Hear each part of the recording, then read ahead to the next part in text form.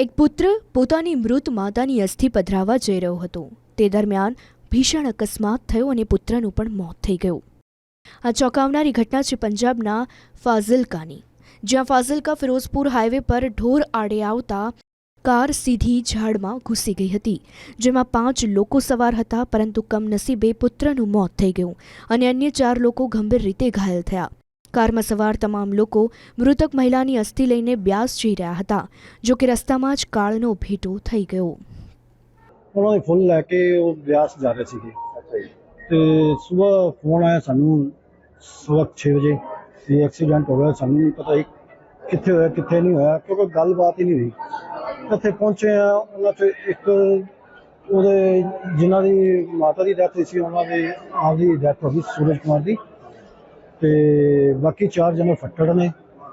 ਬਹੁਤ 2 ਨੂੰ ਤਾਂ ਰੈਫਰ ਕਰ ਰਹੇ ਨੇ।